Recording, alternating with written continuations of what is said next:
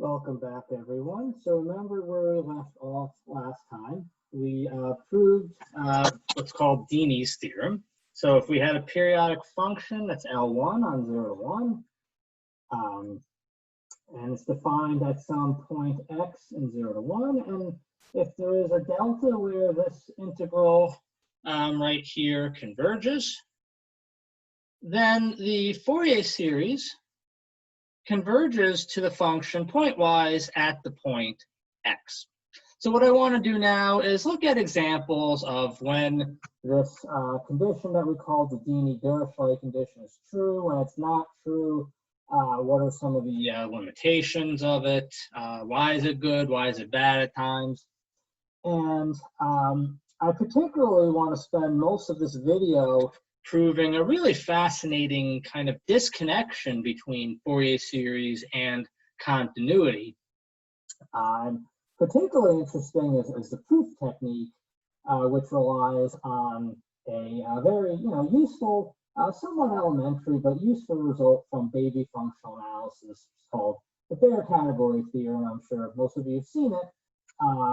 But okay, anyway, so some examples, particularly a very classical example of a kind of function that satisfies the Dini-Dirichlet condition is a function that is Hölder continuous near x.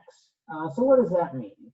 For some delta small and absolute value of t less than delta, we have f satisfies this condition here. For some c and some a between 0 and 1. And here c is independent of t in this small neighborhood about 0.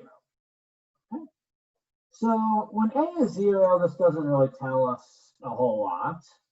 And when a is bigger than 1, this condition right here, in fact, tells us that f is, this condition here tells us that, and it's very easy to prove, that this is true, f is going to be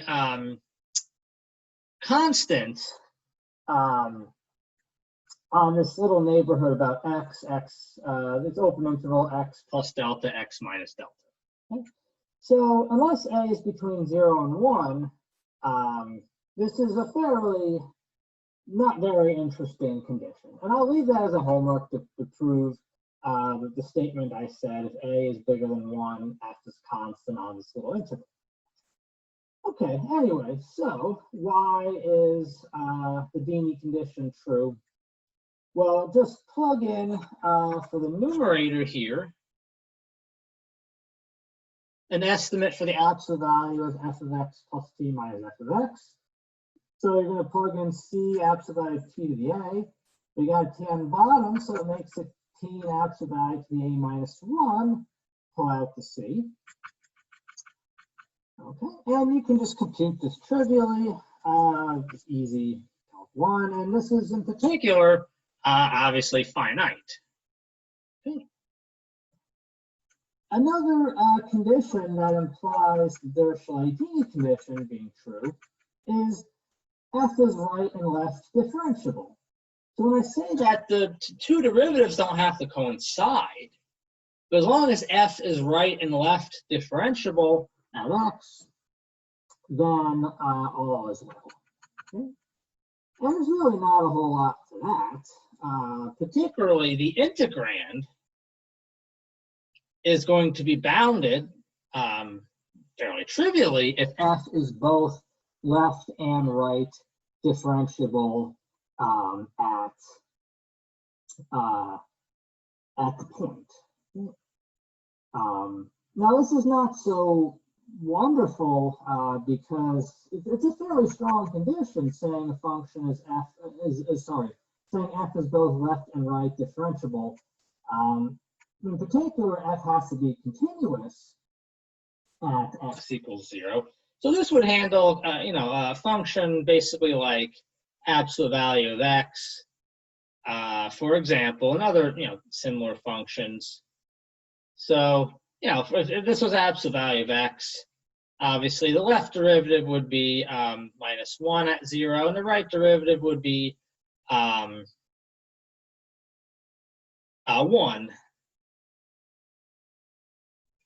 at, the right derivative would be 1 at t equals 0.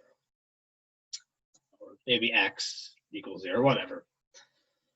Okay, so, right, and we'll talk a minute about kind of, why this is overly restrictive and what we would actually like. Okay. So let me start talking about the Dini condition and continuity. So first of all, the Dini condition does not imply continuity, and maybe it's not so surprising, but I mean, it's not absolutely trivial to cook up an example. So here's some, it's easy, but not absolutely trivial. Okay, so here's an example. Let's say f of t is 1 if t is either rational, or rather if t is rational but not an integer, and f of t is 0 if t is irrational or an integer. Okay. And let's look at the point p equals 0, x equals 0, whatever. So f of 0 is by definition 0. 0 is an integer. F of t is trivially 0 almost everywhere, and this is fairly trivially 1 periodic. Okay, so absolutely trivially the Dini condition is true here. Okay, so here x is 0.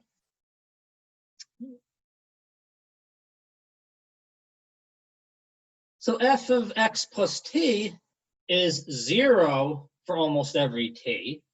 F of 0 by definition is 0. So it doesn't matter that you have t in the bottom. This whole integrand is 0 almost everywhere, and hence the integral is 0. Okay.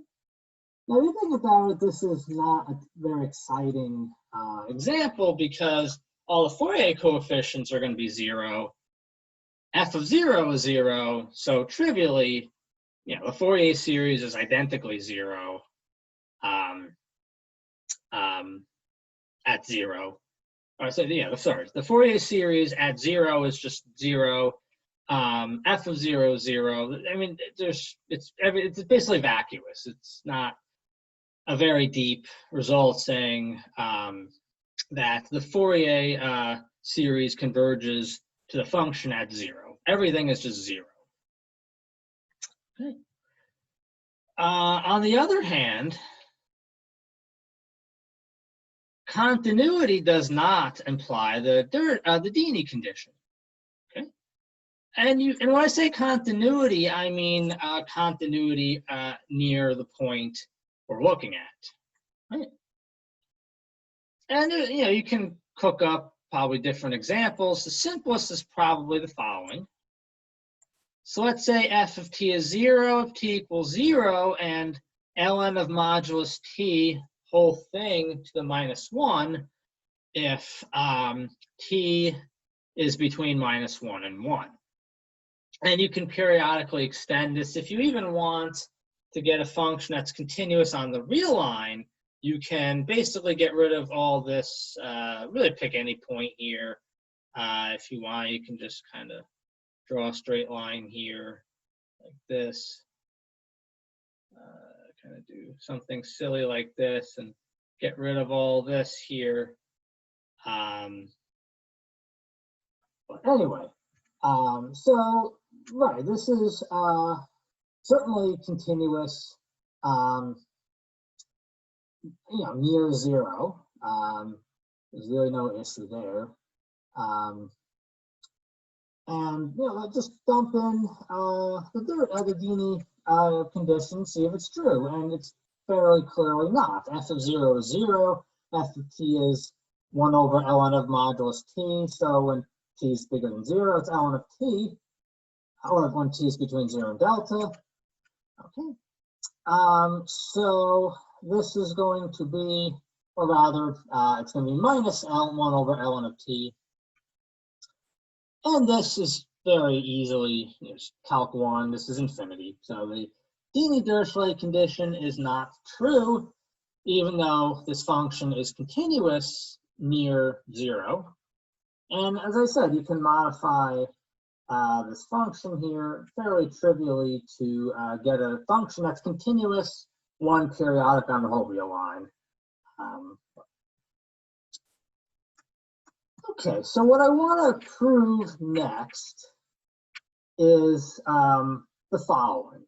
So let's say C per is just continuous periodic functions on the real line with fairly obvious norm, just the max t is between 0 and 1 modulus absolute value of f of t. So since this is one periodic, this gives us the max on the whole real line. It's a very easy exercise. I'll make it for homework along with this the folder continuous problem.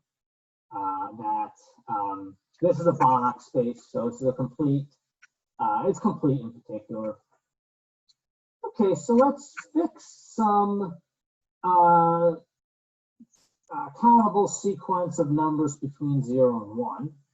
So I claim that the set of all continuous one periodic functions on the view line, where the Fourier series diverges for every point t in this countable sequence, is remarkably dense in the space of continuous one periodic functions. So not only does there exist a continuous function that diverges at all of these points, let alone a point on in 0 to 1, the set of all continuous functions that are one periodic with bounded norm is dense, or sorry, the set of all such f that where the Fourier series diverges for every t in this countable sequence is actually dense in this space. Okay. And if you've seen bare category theorem in the past, you might think, oh yeah, this is the clear tool to use. Right, so before I actually dive into this, I do just want to make a remark that what in practice you want to often do is look at Fourier series for functions that have jumps. Just very practical. So for example, let's look at a very typical function that you would want to look at. Okay, so, and that might be just something like this here. Okay, so this is a one periodic function. It's, sorry, I didn't turn out too well. Okay. So here we're just saying f of t is going to be 0 if t is in rather t equals 0 and 1 minus x, or 1 minus t if t is in 0 to 1. Okay. And do the periodic extension of this to the whole real line. So you can check fairly trivially that the Dini condition is most definitely not true. I mean, I guess I'll just write that down really quick. So for delta small, just plug and chug. So let's look at t equals 0. F of 0 plus t minus f of 0 over t. Well, so this is going to be actually, my apologies. I do want to look at 0 to delta. Right. Okay, well, f of 0, 0, f of t for t small but positive is 1 minus t. This is going to be 0 to delta, 1 minus t over t, and that obviously is infinity. Okay. So this does not have a left derivative. You can check that. Sorry, it does have a left derivative at t equals 0. It does not have a right derivative at t equals 0. And so we need we need more tools to look at Fourier series for these kinds of functions. And we'll do that in the next video. That'll be, we'll talk about the Dirichlet-Jordan theorem. But anyway, okay, so yeah, so back to the scheduled programming. Okay, so let's prove this claim here. Right, so this video is going to be a little bit longer than the other videos. I think it makes more sense to do this in one video. So now is probably a good time to stop. If you don't like videos that are 45+ minutes long. I don't know how long it's going to be, but we'll see. Okay, so what is the bare category theorem? Well, remember, if you haven't seen it before, rather, if M is a complete metric space, then the countable intersection of open dense subsets is dense. All right, so some very, very quick reviews from functional analysis. If you have two normed vector spaces and you have a linear map from M to N, then remember the operator norm is just the sup over all x with norm 1 of tx and norm. Okay. And if this supremum is finite, then we say T is a bounded linear map or bounded linear operator. All right, so let's prove the following lemma.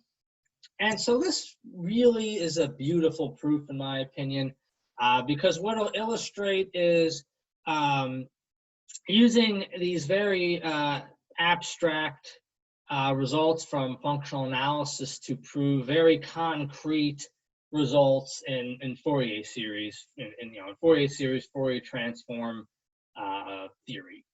Okay. All right.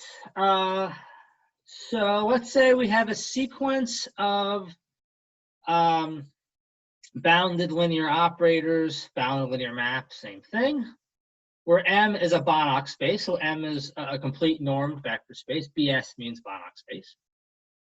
And let's assume that they're not so nice in the sense that the supremum here is infinite. Then I claim that if R is a set of all x and M, where the supremum is infinite, where the norm of TIXM is infinite, then this is dense. This is the countable intersection of open dense subsets of M, and hence it is dense by the bare category theorem. But we really need that this is not just dense in M, but it's a countable intersection of open dense subsets of M. All right. All right, so this is a very easy proof. So let's prove it. I'll leave a little chunk of it for homework. So let's say, and I should mention, I'm not going to prove the bare category theorem. A proof is in Royden's book. There's a lot of other places you can find a proof, but not a very good use of our time. Okay, so what's the proof here? Well, so remember R is this set here. So we can trivially write R as a countable intersection here as follows. Just the intersection of all these sets here, which I'll call RMs. Okay. I mean, there's nothing here. If the supremum here is infinite, then obviously X has to be in all of these. And if X is in all of these, then the supremum has no choice but to be infinite. So I claim each of these, and like I said, I'll call each of these RM. So the claim is that each Rm is open and dense in big M. So that Rm is open is an easy homework. Basically, just prove that the complement is closed in M. Not much to that. And key here is that we really do have a sequence of bounded linear operators. It's just taken as a whole, they're not so nice, these linear operators. And it might not be clear yet, but this is exactly the context. This is exactly going to be the situation we're in the Fourier series. We'll get to that in a little bit. All right, let's prove that each of these RMs is dense in M. And that'll clearly prove it then, because then R is the countable intersection of open dense subsets of big M. Okay, so pick something not in Rm, and we have to prove that we can approximate it by something in Rm. And this is also very easy, very standard usage of linearity, right? Okay, so let's say X is in the complement. So by definition, this supremum here is less than or equal to M, because if X is in Rm, the supremum is bigger than the 1. Okay, so if the supremum, well, let's say epsilon is positive, and we're assuming this is infinite, this supremum here, the supremum of these operator norms. So that means we can pick some I prime where this this operator norm is bigger than 4m over epsilon. Well, the operator norm is the sup over all these x's of ti prime applied to x. Okay. So in particular, the supremum here is bigger than 4m over epsilon. And 4m over epsilon is just something to get things to add up to epsilon, that kind of nonsense. Okay, so that means because the supremum is bigger than 4 little m over epsilon, we can pick an x prime with norm equal to 1, where this here is bigger, this norm here is bigger than 4m over epsilon. Okay. Okay, so let's say x second prime is going to be x plus epsilon over 2 times x prime. And this is going to be our approximation to x. And it's trivially a good approximation of x. I mean, there's absolutely nothing to that. X prime has norm 1, so x minus x second prime is equal to epsilon, so this in norm is less than, trivially less than epsilon. Okay, so all we need to do is prove that x second prime is in R little m. Okay, and we're going to use a reverse triangle inequality to do that. So first of all, the definition of x second prime is x plus epsilon over 2x prime. Okay, so we're using implicitly linearity here. So it's ti prime of epsilon over 2x prime minus x, which is epsilon over 2 x prime plus x. It's trivial. Okay, but use linearity and use the reverse triangle inequality. So it's going to be pull out the epsilon over 2, ti prime x prime minus ti prime x, and this didn't do a good job here, but this is an n here. I mean, it should be clear, but ti prime, this should be pretty easy to read, but anyway.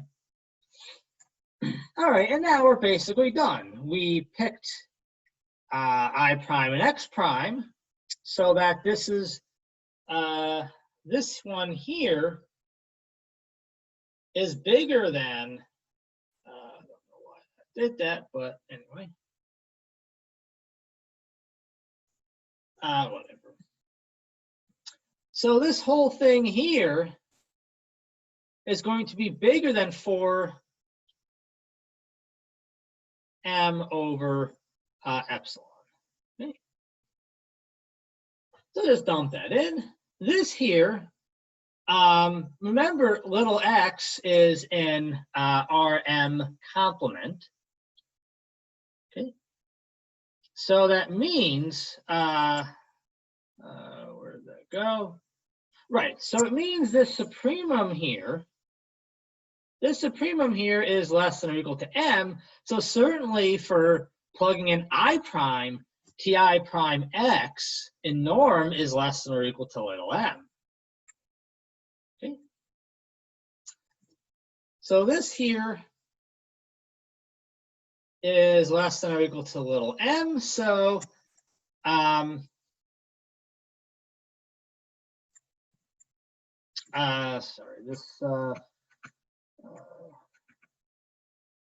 this is obviously bigger than 4m over epsilon. Sorry about that. Not even sure what I said, but anyway. Bigger than. Anyway, so right, use the reverse triangle equality, and right. So what do we get? Well, this becomes epsilon over 2, 4m over epsilon. So it's just going to be 2m minus m equals m. And that proves that x prime, rather x second prime is in Rm, and that finishes the proof. Okay. All right, so let's start proving the original claim. How do we prove the original claim? Fixed. So actually, I think I will, in fact, end here, and in the next video, use this to prove the original claim. Because this is going to be a little bit long. I mean, you can see I'm only halfway through these notes, and it's going to, or this PDF, and it's going to be a bit time consuming.